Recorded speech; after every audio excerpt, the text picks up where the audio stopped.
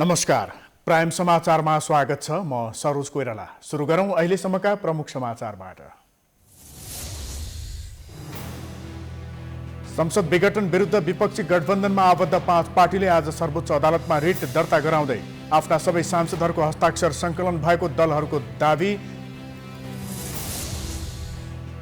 राष्ट्रपति भण्डारीले जारी गरेको नागरिकता सम्बन्धी अध्यादेश विवादमा प्रधानमन्त्री ओलीको सत्ता जोगाउन विदेशीलाई नागरिकता दिन खोजेको आरोप।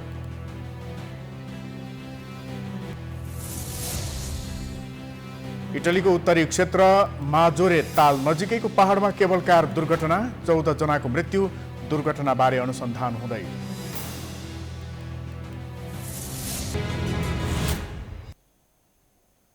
अब समाचार विस्तारमा। प्रतिनिधि सभा विघटन गरी मध्यावधि चुनावमा जाने राष्ट्रपति र प्रधानमन्त्रीको कदम विरुद्ध विपक्षी 5 दलका नेताहरू आज सर्वोच्च अदालत जाने भएका छन्। कांग्रेस सभापति शेरबहादुर देउवालाई बहुमतका आधारमा प्रधानमन्त्री बनाउनु पर्ने उनीहरूको माग छ। एक रिपोर्ट। सरकारको सिफारिसमा राष्ट्रपति विद्यादेवी भण्डारीले प्रतिनिधि सभा विघटन गरेपछि नेपाली कांग्रेस, माओवादी केन्द्र, एमालेको माधव नेपाल पक्ष, जसपाको उपेन्द्र बाबुराम पक्ष र जनमोर्चाले राजनीतिक र कानूनी लडाईँ लड्ने निर्णय गरेका थिए। सोही अनुसार विपक्षी दलहरूको गठबन्धन सोमबार सर्वोच्च अदालत जाने भएको हो। आइतबार रेटको मस्यौदा तयार भए पनि केही सांसदको हस्ताक्षर र कागजात जुटाउन ढिला भएकाले भोलि मात्रै सर्वोच्चमा रेट दर्ता गरिने माओवादी केन्द्रका अध्यक्ष पुष्पकमल दाहालले जानकारी दिनुभएको छ। उहाँले संसद विघटनको विरुद्धमा 149 भन्दा धेरै सांसद साथ दिन तयार भएको र भोलिसम्म यो संख्या अझै थपिने दावी गर्नुभयो। सांसदहरूको हस्ताक्षर, नागरिकताको प्रतिलिपि लगायतका कागजात संकलन गरिएको र भोलि बहुमत सदस्य आफै सर्वोच्चमा उपस्थित भएर रेट दायर गर्ने दाहालको भनाइ छ। त्यो 149 प्लस अरू केही साथीहरू पनि थपिनु भएको छ। हामी रिटको तयारी भइराखेको थियो। त्यो अन्तिम चाहिँ ड्राफ्ट चाहिँ अन्तिममा पुगेको छ। बेलुकासम्म त्यो टुङ्गिँदैछ अनि फिजिकल्ली नै बहुमत उपस्थित भएर भोलि हामी अदालतमा रिट दर्ता गर्न जाने अन्तिम तयारी भएको छ। डकुमेन्टहरू, नागरिकता, त्यसको प्रतिलिपिहरू तयारी गर्ने काम करिब सकिन लागेको छ। बेलुकासम्म सकिन्छ। आजै जाने हाम्रो विचार थियो, तर 3 बजिसक्यो डकुमेन्ट तयार गर्ने र यो नागरिकता प्रतिलिपि हस्ताक्षर सबै गर्नको लागि। त्यसकारण भोलि बिहान फर्स्ट आवरमा हामी अदालत जान्छौँ। संसद विघटन विरुद्ध सर्वोच्च जाने सांसदमध्ये 19 जना नेकपा एमालेको माधव कुमार नेपाल पक्षका सांसद रहेका छन्। भोलिसम्म आफू पक्षका 30 जना सांसदले हस्ताक्षर गर्ने सम्भावना रहेको नेपाल पक्षका नेताहरूले दावी गरेका छन्। जसपाका उपेन्द्र बाबुराम पक्षका करिब 13 जना सांसद देउवालाई प्रधानमन्त्री बनाउन तयार भएका छन्। नेपाली कांग्रेसका 61 र नेकपा माओवादी केन्द्रका 49 सांसद एक ठाउँमा उभिँदा प्रतिनिधि सभाबाट प्रधानमन्त्री बन्न बहुमत पुग्नेछ। राष्ट्रपतिले संविधानको धारा 76 को उपधारा 5 अनुसार नयाँ सरकार गठनका लागि आह्वान गरेकोमा गठबन्धनले कांग्रेस सभापति शेरबहादुर देउवालाई प्रधानमन्त्रीको रूपमा अघि सार्दै 149 सांसदको हस्ताक्षर सहित राष्ट्रपतिलाई बुझाएको थियो। आफूहरूको पक्षमा स्पष्ट बहुमत हुँदाहुँदै पनि राष्ट्रपतिले प्रधानमन्त्रीको आदेश मान्दै शेरबहादुर देउवालाई प्रधानमन्त्री घोषणा नगरेको गठबन्धनको भनाइ छ। उनीहरूले सोही अनुसार नै माग दावी गर्दै रिट पनि तयार गरिरहेका छन्। कांग्रेसका वरिष्ठ नेता रामचन्द्र पौडेलका अनुसार गठबन्धनका लगभग सबै हस्ताक्षर संकलन र नागरिकता संकलन भइसकेको छ। व्यक्तिगत विवरण संकलनको प्रक्रिया लामो भएकाले सोमबार रेट दर्ता गरिनेछ। ड्राफ्टलाई फाइनल गर्दाखेरिमा अब अहिले अलिकति 2-4 मिनेट ढिलो होइन, गरिसकेका छ। सबै सङ्कलन भइसकेका छ। हाम्रो 49 जनाको सबै भइसकेका छ।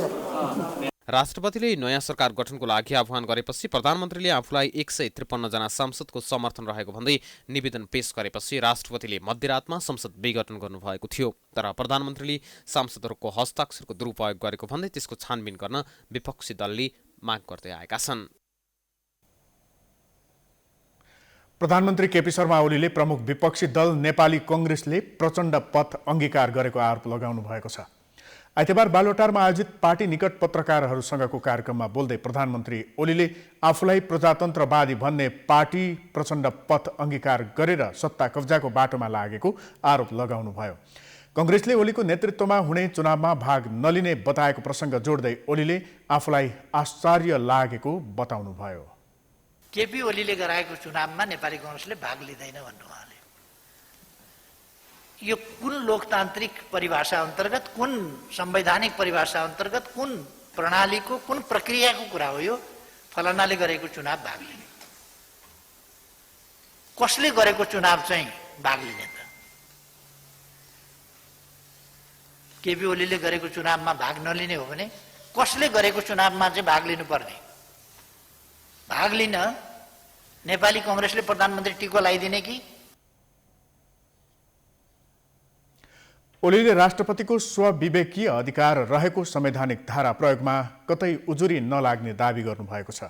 संविधानको धारा 76 को उपधारा 5 लाई राष्ट्रपतिले स्वविवेकको रूपमा प्रयोग गर्न सक्ने संवैधानिक व्यवस्था रहेको ओलीले बताउनु भएको हो।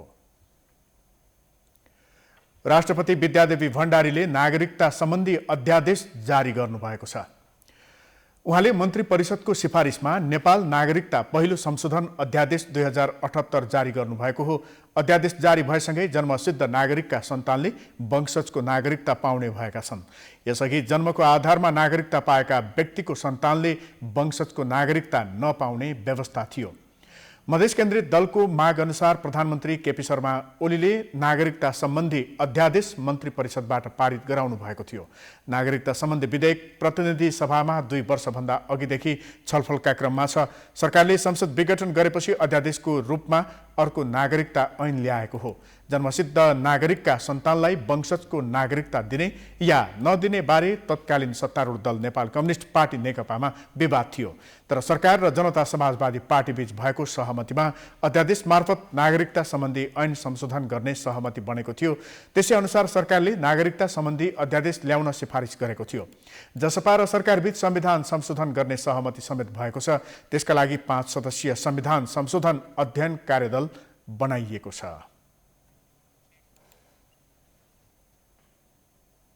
समाचारको सिलसिला जारी छ। हामी विश्रामपछि आउँछौँ।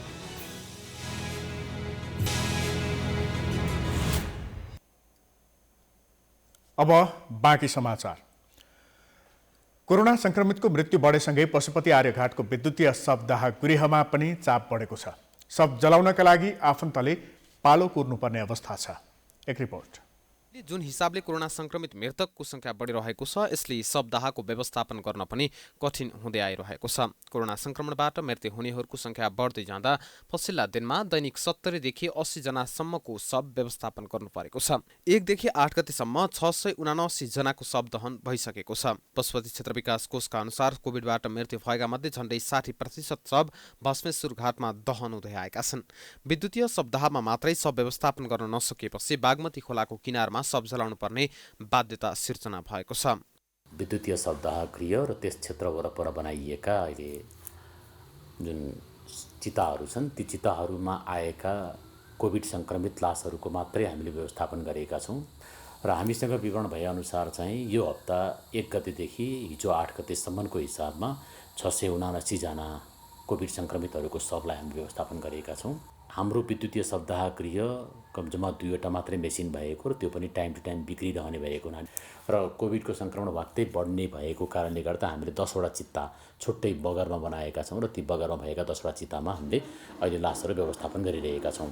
अहिलेसम्म काठमाडौँ उपत्यकामा शव व्यवस्थापनमा समस्या हुन थालेसँगै नजिकै बागमती नदी किनारमा पनि जलाउन थालिएको हो। शव दहन गर्ने मुख्य जिम्मा सेनाले लिएको छ, जसका लागि सेनाबाट सुरक्षाकर्मी र पशुपति कोषका कर्मचारी खटिएका छन्। कोषबाट खटिएकालाई 1000 रुपियाँ भत्ता दिने भनिएको छ, तर नेपाली सेनाबाट खटिएकाले भने प्रोत्साहन भत्ता पाउँदैनन्। जेनतेन शव व्यवस्थापन भए पनि हिन्दू संस्कार अनुसार क्रियाघरमा भने ठाउँ छैन। अरूलाई ठाउँ दिए पनि कोभिडबाट मृत्यु भएका आफन्तले काजक्रियाका लागि ठाउँको माग गरे पनि संक्रमण फैलिने जोखिमका कारण दिन नसकेको पशुपति क्षेत्र विकास कोषले जनाएको छ। क्रियापुत्री भवनमा चाहिँ अहिले एकदमै खचाखच भएको स्थिति रहेको छ। नेपाली संस्कार अनुसार, हिन्दू संस्कार अनुसार हुनुपर्ने जुन संस्कारको 13 दिने काजक्रियाहरूका निमित्त ठाउँ उपलब्ध गराउनु पर्ने हो, त्यो हामीले सबैलाई उपलब्ध गराउन सकेका छैनौँ। किनभने जसलाई उपलब्ध गराएका छौँ उनीहरू नर्मल तरिकाले डेथ भएकाहरूका परिवारलाई हामीले उपलब्ध गराउने हो। त्यसमा कोभिडबाट डेथ भएका परिवारहरू पनि हामीलाई ठाउँ चाहियो भन्दै आउनुहुन्छ, त्यो चाहिँ हामीले उहाँहरूलाई दिन सकेका छैनौँ। हामीले कृपया तपाईहरू कोभिडबाट दिवंगत भएका परिवारका आफन्तहरू हुनुहुन्छ भने यहाँ क्रियापुत्री भवनमा चाहिँ नआइदिनु होला, आफ्नै तरिकाले व्यवस्थापन गर्नु होला भनेर हामीले अनुरोध गर्न बाध्य पनि भएका छौँ। पहिलो लहरमा कोरोनाबाट मृत्यु भएकाको सब व्यवस्थापन नेपाली सेनाले मात्रै गर्ने भनिए पनि कोरोनाको दोस्रो लहर सुरु भए यता सब व्यवस्थापन मृतकका आफन्त आफैले पनि गर्न पाउँछन्। कोरोनाको दोस्रो लहर रोकथाम तथा नियन्त्रण सम्बन्धी आदेश 2078 को 21(6) अनुसार कोभिड-19 को कारण मृत्यु भएका व्यक्तिको शवको व्यवस्थापन वा अन्त्येष्टि गर्दा आफ्नो परम्परा र संस्कृति अनुसार सम्बन्धित परिवार वा समुदायले 25 जना भन्दा बढी नहुने गरी जनस्वास्थ्यका मापदण्डको पूर्ण पालना गरी व्यवस्था मिलाउने उल्लेख गरिएको छ।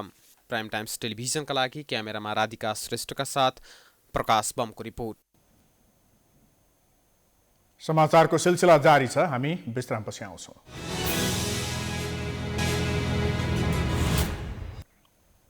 विश्रामपछि स्वागत छ। अब अन्तर्राष्ट्रिय समाचार।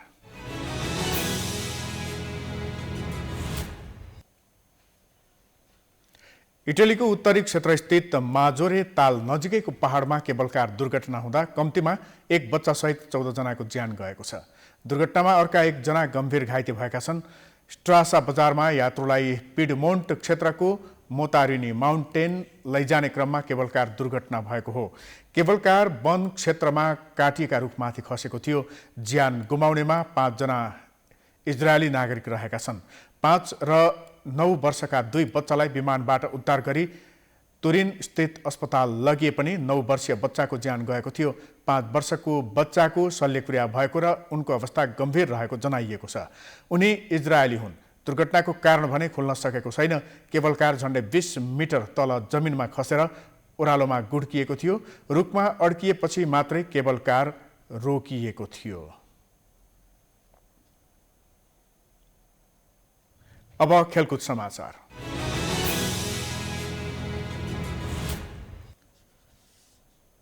च्याम्पियन म्यान्चेस्टर सिटीले प्रिमियर लिग अन्तर्गत सिजनको आफ्नो अन्तिम खेलमा शानदार जित निकालेको छ।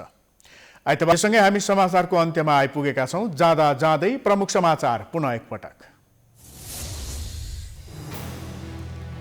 संसद विघटन विरुद्ध विपक्षी गठबन्धनमा आबद्ध 5 पार्टीले आज सर्वोच्च अदालतमा रिट दर्ता गराउँदै आफ्ना सबै सांसदहरूको हस्ताक्षर सङ्कलन भएको दावी। राष्ट्रपति भण्डारीले जारी गरेको नागरिकता सम्बन्धी अध्यादेश विवादमा प्रधानमन्त्री ओलीको सत्ता जोगाउन विदेशीलाई नागरिकता दिन खोजेको आरोप। इटलीको उत्तरी क्षेत्र माजोरे ताल नजिकैको पहाडमा केबल कार दुर्घटना, 14 जनाको मृत्यु। दुर्घटनाबारे अनुसन्धान हुँदै।